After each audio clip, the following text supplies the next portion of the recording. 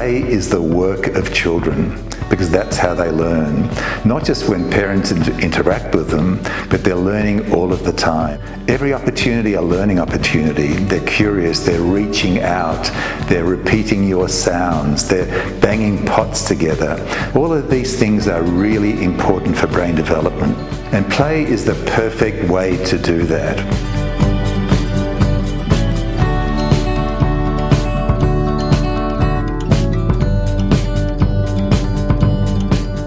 So at birth, the brain of a baby has billions and billions of nerve cells, but the connections between those nerve cells are very, very primitive.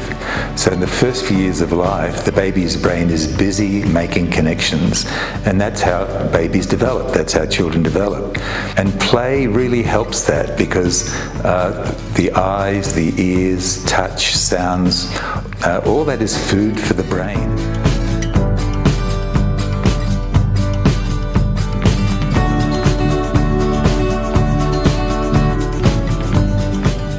Adults, for parents, but any adults, playing with a baby or a toddler is better than any medicine in terms of mental health. Can you imagine anything more joyful, anything more uplifting than getting down on the ground or leaning over a baby's cot and playing and talking and stimulating a baby? There's nothing more rewarding.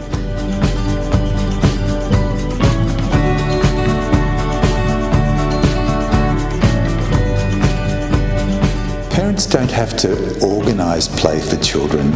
We sometimes talk about child-led play. If you put things on the ground, for example, pots or pans or cups with water in them, or when a baby's having a bath, they'll find things to play with, because babies are just innately curious.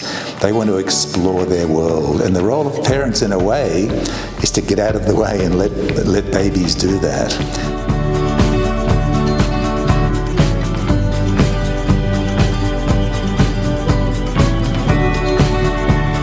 Advice to parents is that they don't need any special equipment, any fancy toys.